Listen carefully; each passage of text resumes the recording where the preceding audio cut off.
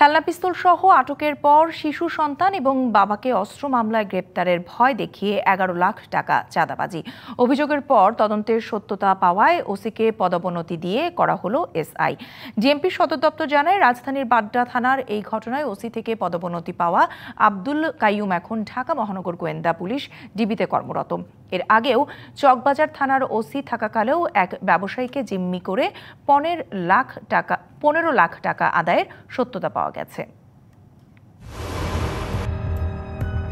২০২৩ সালের আগস্ট বাড্ডার সোনাকাটারার পাখির গলি। অস্ত্র দিয়ে ভয় দেখানো হচ্ছে শ্রমিকদের ম্যানেজার পান্না সেই ভিডিও সামাজিক যোগাযোগ মাধ্যমে দেন। অভিযোগ করেন, পিস্তল হাতে স্থানীয় সাইফুল ইসলাম সুমিত চাঁদার জন্য হুমকি দিচ্ছেন। তো মালিকরে বলবে এই রাস্তায় কাজ করতে হলে আমার সাথে যেন অবশ্যই দেখা করে আমার এই রাস্তা ঢালাই দিয়ে খরচ বহন করে তারপরে যেন কাজ করে। ভিডিওটি নজরে আসার পর সুমিত ও পান্নাকে আটক করে বাড্ডা থানা পুলিশ।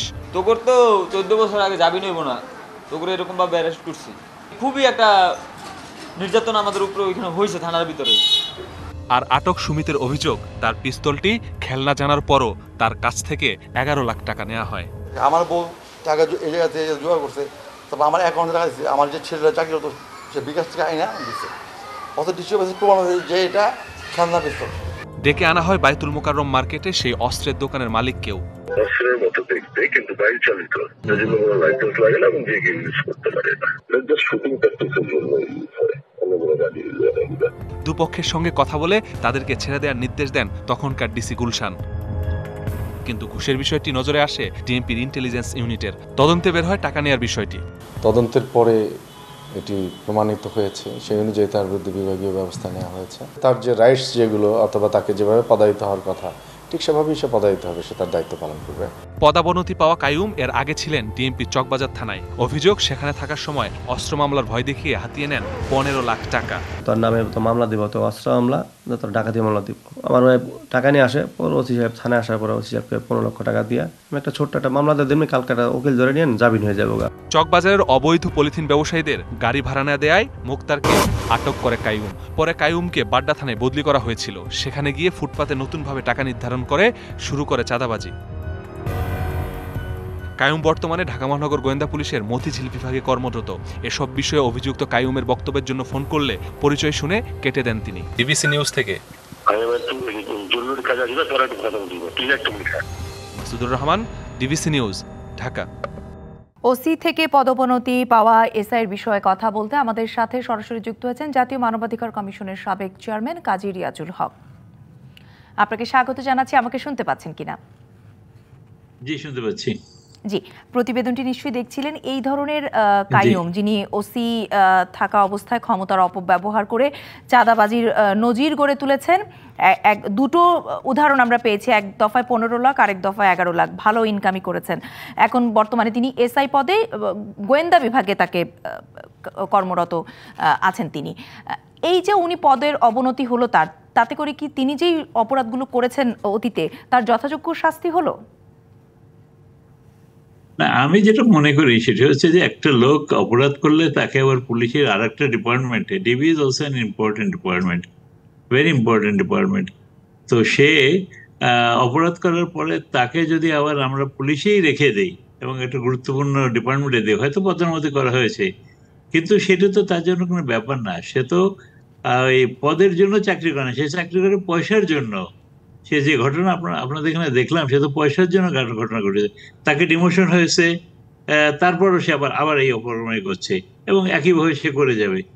অতএব আমি মনে করি এই জাতীয় যে শাস্তি, এই শাস্তি পর্যাপ্ত না বা সঠিকও না। এদেরকে এদেরকে সাসপেন্ড করতে হবে, সাসপেন্ড করে রেখে তারপর এদের দ্রুত তদন্ত শেষ করে এদেরকে শাস্তি দিতে হবে। সেটা ডিপার্টমেন্টাল দু ধরনের শাস্তি, একটা ডিপার্টমেন্টাল প্রসিডিং হতে পারে আর একটা ক্রিমিনাল অফেন্স হতে পারে। তো এখানে দুটোই পড়ে, দুটোর মধ্যে দুটোর আয়ত্তে আসে, বিভাগীয় মামলার আয়ত্তেও আসে এবং ক্রিমিনাল প্রসিডিংও হয়। সে জোর করে চাঁদা আদায় করেছে, মানুষের কাছে আটকে রেখেছে, ভয় দেখিয়েছে, this are all are criminal offences, তাই না? আবার একই সাথে ডিপার্টমেন্টাল নগদের কাছে সব গ্রাহকই প্রিয়, তাই তো সারা দেশে ক্যাশ আউট চার্জ সবচেয়ে কম। ডিপার্টমেন্টের দুর্নাম করেছে, ডিপার্টমেন্ট ভাবমূর্তি নষ্ট করছে, তো সে পুলিশ হিসেবে তার সদাচরণটা করেনি, অসদাচরণ করেছে, এগুলোর জন্য তার একটা ডিপার্টমেন্টাল প্রসিডিং হতে পারে। তার কোনোটাই করা হয়েছে কিনা আমি জানি না, না করা হলে সেটা দুঃখজনক। তাকে শুধু নিচে নামিয়ে রাখলে এটা তো শাস্তি হলো না আর কি। বরঞ্চ তাকে যেটি আপনি বলছিলেন যে গোয়েন্দা বিভাগে দেওয়া হয়েছে, সেখানে তো তিনি আরো এই ধরনের জিম্মির অনেক বেশি সুযোগ পাবেন। প্রসঙ্গটা হচ্ছে যে এই ধরনের কাইয়ুম বা আইন শৃঙ্খলা বাহিনীতে একেবারে সর্বনিম্ন স্তর থেকে উচ্চ পর্যন্ত যারাই আছেন এবং যারা এই ধরনের জিম্মি বা চাঁদাবাজি বা যাদের আসলে সাধারণ মানুষকে নিরাপত্তা দেবার কথা উল্টো তারা ভোগান্তি বা জিম্মির ঘটনা ঘটায়, সেখানে যে মানবাধিকারের লঙ্ঘন হয়, এর আসলে প্রতিকার কোথায়? না, এর প্রতিকার হচ্ছে যে পুলিশকে ভালো করে প্রশিক্ষিত করতে হবে এবং পুলিশকে আইনগুলো বোঝাতে হবে, কারণ এগুলো কিন্তু আমাদের আইনে, ধরেন আমার সংবিধানে খুব পরিষ্কার করে বলে দেওয়া আছে যে একটা লোককে আপনি ধরে নিয়ে আসতে পারবেন না। তাকে কখনো যদি ধরে আনা হয় কোনো অপরাধের কথা না, তাকে সঙ্গে সঙ্গে তার অপরাধ জানাতে হবে, তার উকিলের সাথে, এটা সংবিধানের কথা, আমাদের বাংলাদেশের সংবিধানের কথা, তাকে তার আইনজীবীর সাথে পরামর্শ করে সুযোগ দিতে হবে এবং তাকে 24 ঘন্টার মধ্যে তাকে নিকটতম ম্যাজিস্ট্রেট নিকট হাজির করতে হবে। এটা সংবিধান তো আছে, সংবিধানের পর এটা আমাদের ফৌজদারি কার্যবিধিতেও বলা আছে এবং আমাদের পিআরবি যেটা পুলিশ রেগুলেশন অফ বেঙ্গল, সেখানেও এগুলো খুব পরিষ্কার করে বলে দেওয়া আছে। যারা এসব আপনি প্রশিক্ষণের কথা বলছিলেন, তারা কিন্তু একটি দীর্ঘ প্রশিক্ষণ নিয়ে তারপরেই কিন্তু বাহিনীতে যোগদান করে। তার মানে এই আইন কানুনগুলো তাদের জানার পরেও যখন তারা এই আইনের ব্যত্যয়গুলো ঘটায়, সেসব এবং যাদেরকে আমরা দু একজনকে কালেভদ্রে খুঁজে বের করতে পারি, তাদের ব্যাপারে আসলে কি হওয়া উচিত? না, আসলে না, এটার জন্য আমি তো পুরো পুলিশ ডিপার্টমেন্ট ভালো ভালো কাজ করছে, অনেক অপরাধীকে ধরছে, কিন্তু তার মধ্যে দুই একটা ব্ল্যাক শিপ আছে। তো এই ব্ল্যাক শিপ গুলোর জন্যই পুলিশ ডিপার্টমেন্টের ভাবমূর্তিটা অ্যাজ এ হোল নষ্ট হয়ে যায়। আসলে police department as a whole এই কাজটা করে না। তো তাদের মধ্যে ব্যবস্থা একটা হচ্ছে, পুলিশ ডিপার্টমেন্ট তাদের নিজেদের ভাবমূর্তি অক্ষুণ্ণ রাখার জন্য তারা যেটা করতে হবে সেটা হচ্ছে তাদেরকে খুব দ্রুত শাস্তি দিতে হবে। শাস্তি দিয়ে এই শাস্তিটা দৃশ্যমান করতে হবে, যাতে লোকেরা মনে বুঝে যে অন্যায় করলে পার পাওয়া যায় না। তো এই জিনিসটা এস্টাবলিশ করলে অটোমেটিক্যালি বন্ধ হয়ে যাবে। আর দ্বিতীয়টি হচ্ছে মাঝে মাঝে তাদেরকে রিফ্রেশিং কোর্স করতে হবে। এই যে সংবিধান ওরা কবে পড়েছে কি পড়েনি, কতজন পড়ছে আমি জানি না, তবে সিআরপিসিটার খুব ভালো জানা আছে, ফৌজদারি কার্যবিধি যেটা আছে এটা ওরা খুব ভালো জানে, পিআরবি ওরা হয়তো কিছুটা জানে। তো তারপরে ওদেরকে মনে করিয়ে দিতে হবে, মাঝে মাঝে ওদের রিফ্রেশার কোর্স করতে হবে আর কি।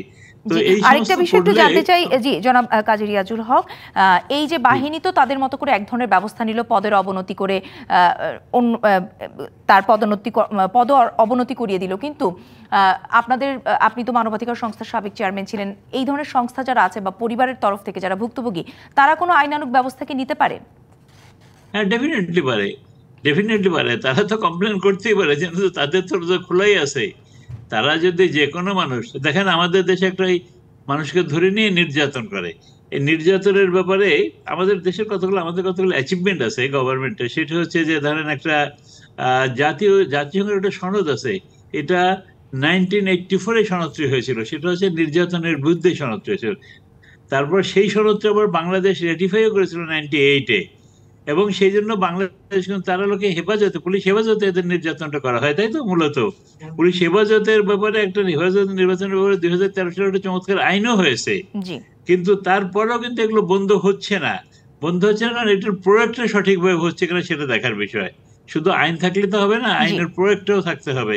তো সেই জন্য আমি মনে করি যে আইনের প্রয়োগটা হলে এটা, এবং সেটা যদি দ্রুত সময়ের ভিতরে হয় এবং সেটা যদি দৃশ্যমান হয়, তাহলে সবাই বুঝবে না অপরাধ করে পার পাওয়া যাবে না, এরকম কাইম আর দ্বিতীয়টা আসবে না।